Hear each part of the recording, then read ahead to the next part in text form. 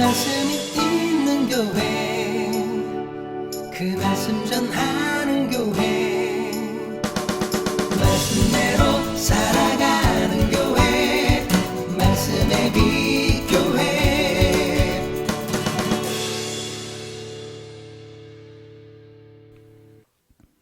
성경이 말씀하는 믿음이 뭔가에 대해서 함께 말씀을 나눠보려고 합니다. 성경이 말씀하는 믿음.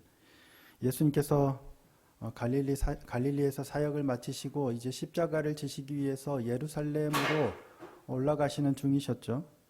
여리고로 들어가서 지나가시다가 누구를 만나게 되냐면 삭개오를 만나게 되죠. 돌 무화과 나무에 올라가 있는 삭개오를 보고 내려오라, 내가 오늘 너의 집에 유하여야겠다 라고 하셔서 그의 집으로 들어가십니다. 예수님께서 삭개오를 찾아오신 거예요. 삭개오는 어떤 사람이에요?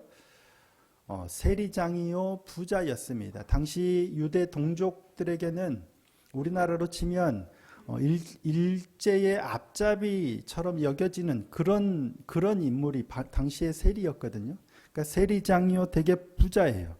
그러니까 유대인들에게 가장 나쁜 죄인으로 여겨지는 두 부류가 누구냐면 세리와 창기예요. 근데 그 세리의 장이었던 사람이 바로 이 삭개오였습니다. 예수님께서 삭개오를 부르시자 삭개오가 예수님으로 인해서 회개하죠. 자신이 가진 것을 다 내어놓겠다, 뺏은 게 있으면 4배로 갚겠다라고 회개하죠. 자, 누가복음 19장 8절 말씀 함께 한번 읽어보실까요? 시작. 삭개오가 서서 주께 여짜오되 주여 보시옵소서, 내 소유의 절반을 가난한 자들에게 주겠사오며 만일 누구의 것을 속여 빼앗은 일이 있으면 내 갑절이나 갚겠나이다. 아멘. 이 삭개오에게 있어서 이 재물이라는 것은 전부였어요. 사실은 동족들에게 손가락질 받으면서까지 악착같이 모았던 게, 집착했던 게 바로 소유예요. 어차피 세리로 동족들이 이 죄인이라고 여겨서 증인으로도 설 수 없는 사람이 이 세리거든요. 그러니까 삭개오가 의지할 수 있는 건 오직 돈밖에 없어요.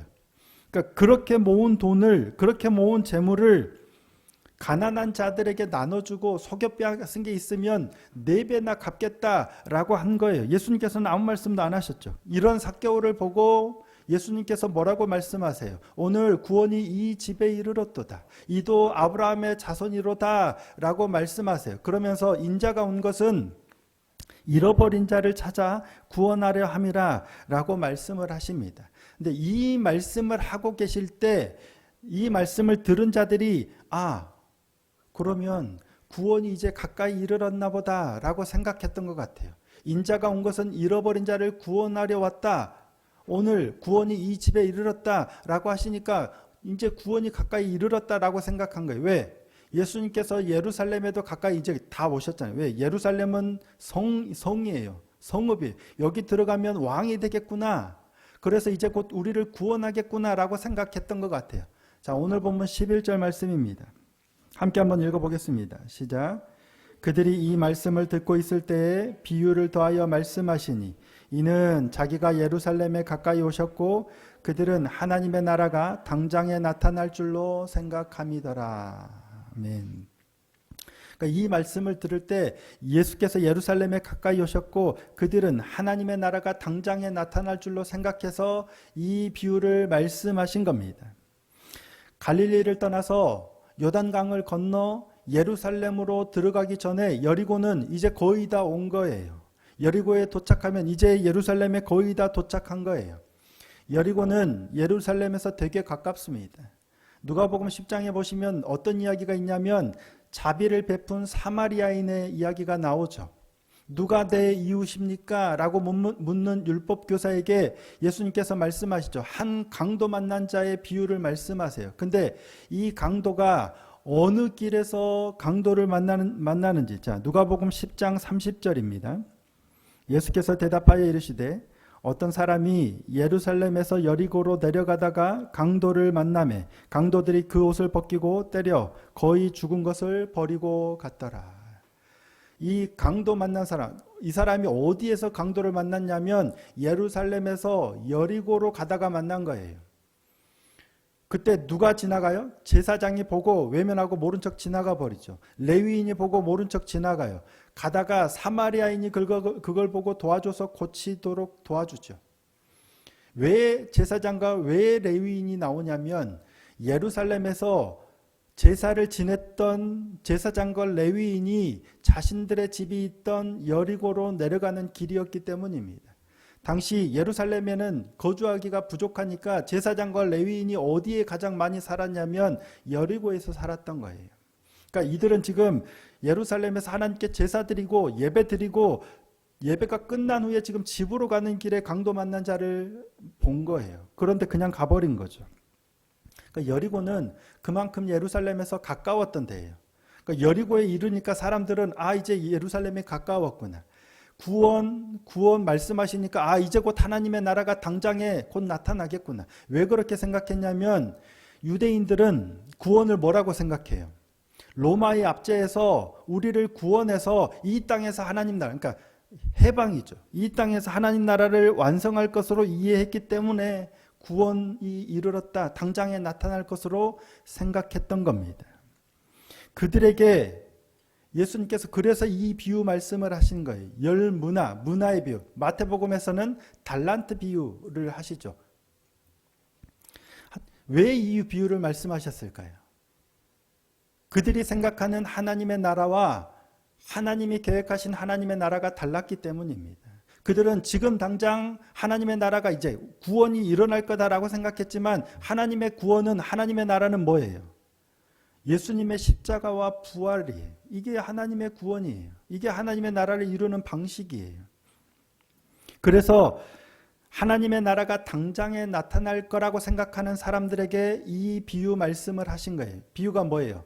어떤 귀인이 그러니까 어떤 귀인이 왕위를 받아가지고 오려고 먼 나라로 가는데 가기 전에 종 10명을 불러서 열 문화를 맡깁니다. 그리고 맡기면서 뭐라고 해요?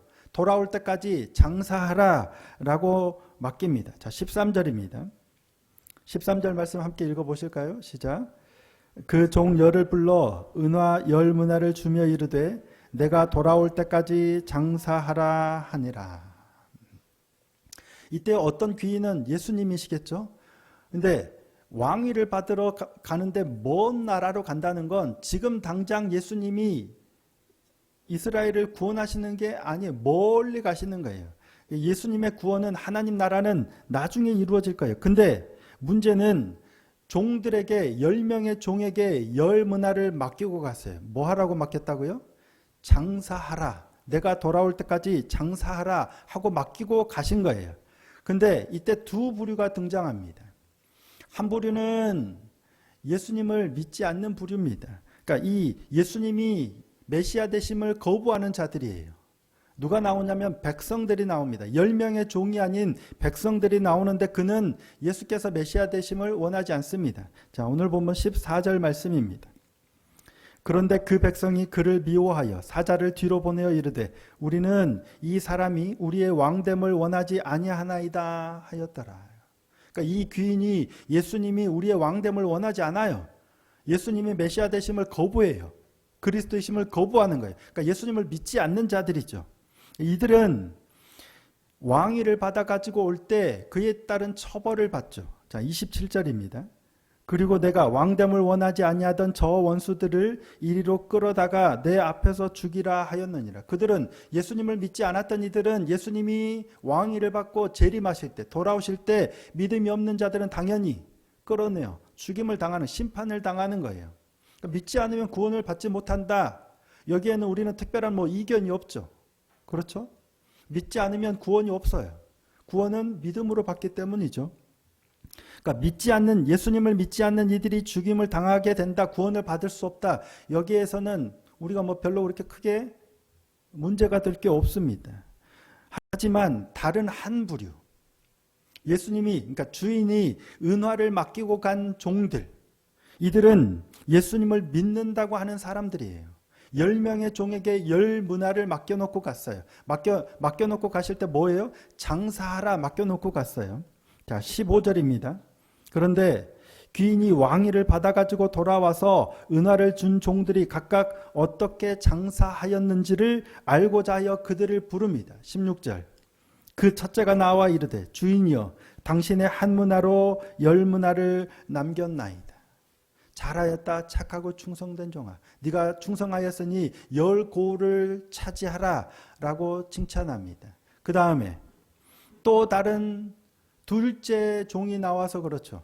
저는 한 문화로 5문화를 남겼습니다. 너도 잘했다. 너도 5고울을 차지하라 라고 말씀하세요. 그러니까 마태복음의 달란트 비유와 마찬가지로 얼마를 남겼는가는 중요치 않아요. 주인이 시킨 대로 열심히 장사를 했느냐 안 했느냐가 중요한 거예요. 그러자 다른 한 사람, another man이 나타나죠. 또 다른 한 사람이 나옵니다. 자, 20절입니다. 20절 함께 한번 읽어보겠습니다. 자, 시작. 또 한 사람이 와서 이르되 주인이여 보소서 당신의 한 문화가 여기 있나이다. 내가 수건으로 쌓아 두었었나이다. 이 사람도 문제는 이 사람도 그 귀인을 주인이라 불러요.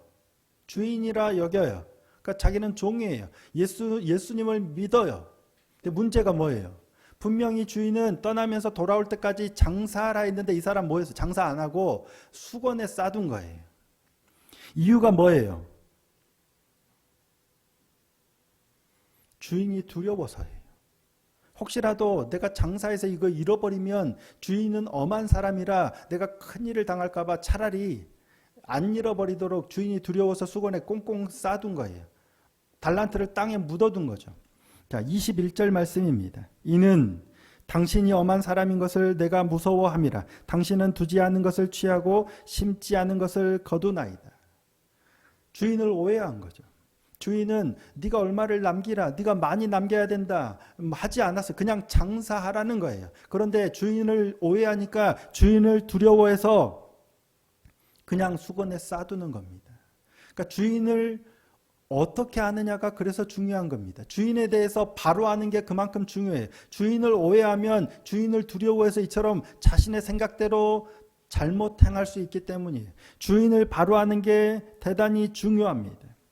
그러니까 하나님의 나라가 당장에 나타날 줄로 생각하는 이들에게 이 비유 말씀을 더하신 이유가 바로 그겁니다. 바르게 알고 바르게 믿으라는 거예요. 잘못 아니까 잘못 생각하고 잘못 믿는 거예요. 그들은 백성이 아닌 종들입니다. 귀인을 주인으로 인정하는 사람들, 예수님을 믿는다고 하는 사람들이에요. 여러분 예수님 믿으시죠? 제가 뭐라 안 할 테니까 대답해 보세요. 근데 여기서 심각한 차이가 나요. 우리는 다 예수님을 믿어요. 예수님을 믿으니까 이 시간 여기 나와서 예배하죠. 중요한 건 믿음이 무엇인가에 대한 중요한 차이가 있어요. 여기서 아주 심각한 차이가 납니다. 이게 너무 중요한 거예요. 왜냐하면 이 믿음이 우리를 구원하기 때문이에요. 믿음이 뭔가요? 믿는다고 하는 게 뭘까 하는 거예요. 성경에 말씀하고 있는, 성경이 처음부터 끝까지 말씀하시는 믿음이 뭔가를 바로 알아야 돼요. 성경이 말씀하는 믿음이 뭔가 하는 거예요. 우리는 아브라함을 믿음의 조상이라고 하죠. 저 어렸을 때부터 많이 들어보셨죠. 아브라함은 제 기억이 안 나네. 믿음의 조상 아브라함은 이렇게 믿음의 조상 아브라함이라고 하죠. 우리가 왜 아브라함을 믿음의 조상이라고 하느냐? 아브라함이 어떤 믿음을 보였길래 우리가 아브라함을 믿음의 조상이라고 하느냐 하는 거예요. 아브라함은 창세기 1장부터 11장까지는 원역사라고 합니다. 하나님이 천지를 창조하시고 이 땅에 관한 원역사에 대해서 기록하고, 하나님이 아브라함을 처음 부르시는 게 언제 나타나냐면 창세기 12장에 갑자기 아브라함이 뚝 나타나요. 그러면서 아브라함을 부르세요. 자, 창세기 12장 1절입니다. 여호와께서 아브라함에게 이르시되 너는 너의 고향과 친척과 아버지의 집을 떠나 내가 내게 보여줄 땅으로 가라. 하나님께서 어느 날 아브라함에게 나타나셔서 아버지, 그러니까 고향에서 아버지와 함께 우르에 거하는 아브라함에게 나타나셔서 이렇게 명령하시는 거예요. 너는 고향과 친척과 아버지의 집, 본토 친척 아비의 집을 떠나서 내가 내게 보여줄 땅으로 가라예요. 보여주는 땅으로 가라도 아니고요, 보여줄 땅으로 가라예요. 어디로 가라는지 말씀도 안 하시고 가라고 해요. 아브라함이 가요, 안 가요? 갑니다. 그 말씀을 따라서 가는 거예요. 진짜 아버지 집을 떠나서 아내를 데리고 조카 롯을 데리고 진짜로 아버지의 집을 떠나서 가나안으로 가는 거예요. 왜? 하나님을 믿었기 때문이죠. 그러니까 성경이 말씀하는 믿음은 뭐냐면 하나님을 믿는 건데 하나님께 내 인생을 거는 거예요. 하나님만 믿는 것, 하나님만 내 인생의 주인으로 삼는 것을 믿음이라고 말씀합니다. 근데 하나님을 내 인생의 주인으로 삼는다는 건 뭐냐면 하나님께서 명령하신 대로 하는 거예요. 떠나라고 하면 떠나는 거예요. 당시에 아버지, 고향과 친척과 아버지의 집을 떠난다는 건 거의 불가능한 일입니다. 당신은 시족사회잖아요. 종족사회잖아요. 친족들과 이렇게 어울려 살아야 돼요. 근데 거기를 아무 보장도 없이 떠나라는 건 어려워요. 근데 아브라함이 한 건 뭐예요? 하나님을 믿는 거예요. 하나님을 의지하는 거예요. 그래서 하나님의 명하신 대로 순종하는 겁니다. 내가 하기 싫은 일도 하나님이 명하시면 주인이 명하시는 거니까 기꺼이 하는 거예요.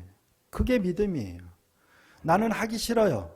나는 가기 싫어요. 하지만 주인이 명하면 그대로 순종하는 것. 그걸 믿음이라고 합니다. 아브라함과 아내 사라는 나이가 늙어서 아브라함이 85세 될 때까지는 아들이 없죠. 사실은 아브라함과 사라가 나이가 들어서 늙을 때까지 아들을 낳지 못했어요. 그런 그들에게 하나님의 사자가 나타나셔서 아브라함이 몇 살의 아들을 낳아요? 100세에. 사라는 90세의 아들을 낳아요. 그렇게 낳은 아들이 이삭입니다. 근데 하나님께서 어느 날 아브라함에게 나타나셔서 그 이삭을 내가 내게 지시한 땅으로 가서 번제로 드리라 라고 합니다. 자, 창세기 22장 2절입니다. 여호와께서 이르시되 내 아들 내 사랑하는 독자 이삭을 데리고 모리아 땅으로 가서 내가 내게 일러준 한 산 거기서 그를 번제로 드리라. 정확하게 명령하셨어요. 진짜 그 이삭을 네 독자를 사랑하는 아들을 번제로 드리라. 아브라함이 어떻게 했어요? 고민이 됐을까요? 안 됐을까요? 100세에 낳은 아들이에요. 90세에 낳은 아들이에요. 근데 아침에 일찍 일어나서 나귀에 짐을 싣고 번제에 드릴 번제단을 쌓을 나무를 쪼개서 아들 이삭을 데리고 종들을 데리고 갑니다. 그리고 실제로 모리아 산에 이르러서는 제단을 쌓고 이삭을 결박해서 그 위에 올려두고 이삭을 죽이려고 칼을 빼서 잡고 들어요. 죽이려고 했을까요? 안 죽이려고 했을까요? 실제로 죽이려고 했겠죠. 하나님이 아브라함의 마음을 모르지 않으시겠죠. 근데 하나님의 사자가 급히 나타나서 아브라함아 말리죠. 만류하세요. 자, 창세기 22장 12절입니다. 사자가 이르시되 그 아이에게 내 손을 대지 말라. 그에게 아무 일도 하지 말라. 내가 내 아들 내 독자까지도 내게 아끼지 아니하였으니 내가 이제야 내가 하나님을 경외하는 줄을 아노라. 내가 이제야 내가 하나님을 경외하는 줄 아노라. 아들 번제로 드리라니까 진짜로 드리려고 드리는 거예요. 이게 하나님을 경외하는 거고 이게 믿음이에요. 아들을 드리고 싶을까요? 안 드리고 싶을까요? 오늘 저희 애들이 오늘 좀 늦게 내려오더라고요. 보통은 10시 반까지 내려와야 되는데 10시 한 50분 다 돼서 내려와요. 안 오니까 염려가 돼요. 혹시라도 횡단보도 건너다가 혹시라도 뭔 일 있었을까 염려가 돼요. 이 아이들도 그런데 100세에 번제로 드리라 하면 드리고 싶을까요? 안 드리고 싶을까요? 저 같았으면 그랬을 것 같아요. 하나님 제발 이 명령만 거두어 주십시오. 제가 다른 거 다 차라리 저를 데려가시고 저 번제로 드릴 테니까 이렇게 하지 않았을까 싶은데 그런 내용은 그랬는지 안 그랬는지 모르지만 성경에 없어요. 정말 아브라함은 데리고 가서 하나님의 말씀대로 해요. 이걸 성경은 믿음이다라고 얘기합니다.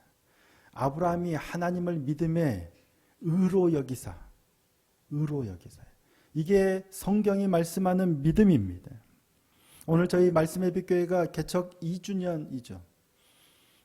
여러분 많은 분들이 들어서 잘 알고 계시겠지만 제가 광주 교회를 개척하려고 할 때 저는 부산에 개척하고 싶은 마음이 요만큼도 없었습니다. 할 수만 있다면 저는 광주로 가고 싶었어요. 그곳이 저는 편하니까요. 그래서 또 여러 번 기도할 때도 하나님이 어디로 가셔도 괜찮다라는 마음을 주셔서 광주로 가려고 했어요. 그런데 여러 가지 사정상 상황상 부산에다 하라고 하시는 거예요. 이곳에 개척하고 한동안도 여전히 광주로 가고 싶은 마음이 제 안에 계속 있었어요. 지금도 아예 사라지지는 않았던 것 같지만 지금은 거의 사라진 것 같아요. 근데 제가 이곳에 개척한 이유가 뭐예요? 하나님이 그러라고 말씀하셨기 때문입니다. 제가 가고 싶은 데가 아니라 하나님이 가라고 하신 곳이 이곳이었기 때문에 순종하고 온 거예요. 근데 성경은 이걸 믿음이다 라고 말씀하시는 거예요. 너무 다행이에요. 오늘 말씀을 준비하면서도 너무 다행이고 너무 감사해요. 만약에 제가 그래도 하나님 저는 저기 가고 싶다고 뿌리치고 갔으면 하나님은 가게 하셨을 거예요. 그런데 그랬으면 저는 믿음이 성경이 말씀하는 믿음은 이거예요. 하나님이 말씀하신 대로 내가 하고 싶지만 하나님의 말씀이 아니면 안 하는 거예요. 하기 싫지만 하나님이 하라고 하면 하는 거예요. 이게 믿음이에요. 근데 이에 대비되는 믿음이 있어요. 뭐냐면 헬레니즘적인 믿음이에요. 이 믿음은 어떤 믿음이냐면 어떤 논리적인 어떤 인지적으로 수용하고 인정하는 것, 이걸 믿음이라고 해요. 그러니까 어떤 논리나 어떤 문장이나 어떤 명제를 내가 인정하고 수용하면 이걸 믿음이라고 생각하는 게 헬레니즘적 믿음입니다. 뭐예요? 하나님이 천지를 창조하셨습니다. 믿으세요? 안 믿으세요? 이거 안 믿으면 성경이 시작이 안 됩니다. 태초에 하나님이 천지를 창조하신, 하나님이 천지를 창조하신 분이다라는 사실을 믿으시죠? 저도 믿어요. 예수님이 우리의 구원자라는 사실을 믿으십니까? 네, 아멘. 여긴 또 아멘 하셔야 돼. 문제는 이게 이 인지적인 인정과 수용에 그치면 안 된다는 거예요. 근데 한국교회에서 우리가 인식하고 있는 믿음은 이런 헬레니즘적 믿음이 강한 것 같아요. 한국교회에서는 믿음, 구원의 확신 이러면 내가 머리로 믿고 막 확신하고 이러면 나는 믿음이 있어 라고 생각하는데 그거는 성경이 말씀하는 믿음과는 좀 거리가 있습니다. 하나님을 믿는다, 예수께서 그리스도이심을 하나님의 아들이심을 믿는다, 이건 누구도 믿어요? 귀신도 믿어요. 이렇게 믿음을 오해하는 사람들에게 야고보가 이렇게 말씀합니다. 야고보서 2장 19절 말씀입니다. 함께 한번 읽어볼까요? 시작. 내가 하나님은 한 분이신 줄을 믿느냐? 잘 아는도다. 귀신들도 믿고 떠느니라. 잘한다. 칭찬이 아니죠. 비꼬는 말이죠. 조롱하는 거예요. 귀신들도 믿고 떠느니라. 하나님이 창조주시고 예수가 하나님의 아들이라는 사실은 귀신들도 알고 믿고 떨어요. 근데 귀신이 믿음이 있다라고 하지 않습니다. 마가복음에서는 귀신이 예수님을 만났을 때 한 말입니다. 예수님께서 그에게서 나가라 하자 그가 한 말이에요. 자, 마가복음 5장 6절 7절입니다. 그가 멀리서 예수를 보고 달려와 절하며 큰 소리로 부르짖어 이르되 지극히 높으신 하나님의 아들 예수여, 나와 당신이 무슨 상관이 있나이까? 원하건대 하나님 앞에 맹세하고 나를 괴롭히지 마옵소서 하니. 누구 말이냐면 귀신의 말이에요. 지극히 높으신 하나님의 아들 예수예요. 예수님이 누군지 알아요? 몰라요? 알잖아요. 하나님이 누군지 알아요. 지극히 높으신 하나님, 그 높으신 하나님의 아들이 예수님이라는 사실을 알고 엎드려요.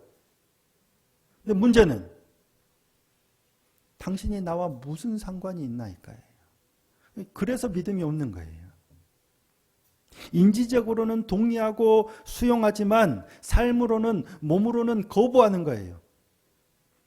순종하지 않죠. 사울 왕도 그랬죠. 하나님 알아요. 믿어요. 말씀도 듣고 하지만 순종하지 않습니다. 성경에 나오는 수많은 사람들이 그랬어요. 하나님을 성경은 구약에 그런 이야기예요. 하나님을 믿는 이스라엘 백성들이지만 안 믿은 적 없어요. 항상 믿지만 문제는 뭐예요? 머리로는 믿지만 삶으로는 믿지 않는 거예요. 순종하지 않는 거예요. 자기들 원하는 대로 살아가는 거예요. 그래서 하나님께서는 끊임없이 예언자들을 보내셔서 경고하시는 거예요. 돌이키라. 하나님의 뜻대로 돌이키라. 회개하라. 이게 성경의 기록입니다. 이게 이스라엘의 역사고요. 오늘 우리 믿음의 어쩌면 현주소가 아닐까 싶습니다. 여기 앉은 분들 중에 나 하나님 안 믿어. 모르겠습니다. 우리 아들은 아직 잘 모르겠어. 이러니까요. 하나님을 믿어요. 하지만 믿음이라는 건, 하나님께서 우리에게 원하시는 믿음이라는 건, 요구하는 믿음이라는 건 그냥 인지적으로 내가 정말 믿습니다 수용하고 인정하는 게 아니고요. 하나님의 말씀대로 따라서 내가 살아가느냐예요. 내 주인이 하나님이시냐 아니냐예요. 주인이신 하나님의 말씀에 따라 순종하느냐 안 하느냐. 그 하나님께 내 인생을 거는 것, 그게 바로 순종이고 그게 바로 믿음이다라고 말씀하세요. 문화를 수건에 싸두었던 이 종은 주인이라고 믿기는 하지만 그 주인에게 인생을 걸지 않아요. 순종하지 않아요. 돌아올 때까지 장사하라는 말씀을 따르지 않고 자기 생각대로 해요. 말씀대로 따르지 않는 거죠. 그거는 주인을 믿지 않는 거예요. 그래서 뭐라고 하세요? 악한 종이라. 이 악한 종은 예수님을 아예 믿지 않았던, 거부했던, 왕되기를 거부했던 백성들과 똑같은 결과를 맞이합니다. 그건 믿음이 없는 거예요. 그래서 하나님의 뜻을 바로 알아야 되겠죠. 하나님의 뜻을 바로 알아야 하나님의 뜻을 잘 따를 수 있으니까요. 중요한 건, 그러니까 방금 지금 제가 드린 말씀도 누구나 다 인정하실 거예요. 하나님의 뜻을 바로 알아야 되고 그 뜻에 바르게 따르고 순종해야 한다라는 것은 아마 다 동의하실 거예요. 문제는 내가 그런 길을 걸어왔는가를 알아야 돼요. 나는 하나님의 뜻을 바로 알고 하나님의 뜻대로 순종하며 살아오고 있었는가예요. 나는 하나님을 믿는다고 했는데, 하나님을 주인이라고, 예수님을 구주라고 고백하고 여기까지 왔는데, 나는 하나님의 뜻을 바르게 알고 하나님의 뜻대로 순종하며 왔는가를 알아야죠. 그걸 알게 해주는 답이 성경이에요. 말씀이에요. 그래서 날마다 말씀 앞에 서는 거예요. 말씀 앞에 서면 뭐라고 말씀하세요? 하나님이 너 그거 아니잖아. 너 순종하지 않았잖아. 들리는 양소리, 소 울음소리가 뭐야? 너 그거 순종한 거 아니야 라고 지적하시기 때문입니다. 불순종해놓고도 자신은 말씀하신 대로 순종하였나이다 라고 했던 사울왕의 모습이 어쩌면 저와 여러분의 모습일 수도 있기 때문입니다. 지금까지 그래도 괜찮아요. 우리에겐 아직 기회가 있으니까요. 하나님께서는 오늘 또 말씀을 통해서, 선지자를 통해서 우리에게 지적하세요. 너 돌이키라고. 날마다 그 하나님의 지적이 저와 여러분에게 임하기를 소원하고 축복합니다. 그래서 돌이켜서 하나님이 말씀하신 대로 순종함으로, 하기 싫어도 말씀하셨으니까 따라가고, 하고 싶은데 말씀하셨으니까 멈춰서고, 그렇게 하나님 말씀하신 대로 순종하는 진짜 믿음의 사람, 하나님이 인정하시는 착하고 충성된 종으로 불림을 받는 저와 여러분이 될 수 있기를 예수님의 이름으로 축복합니다.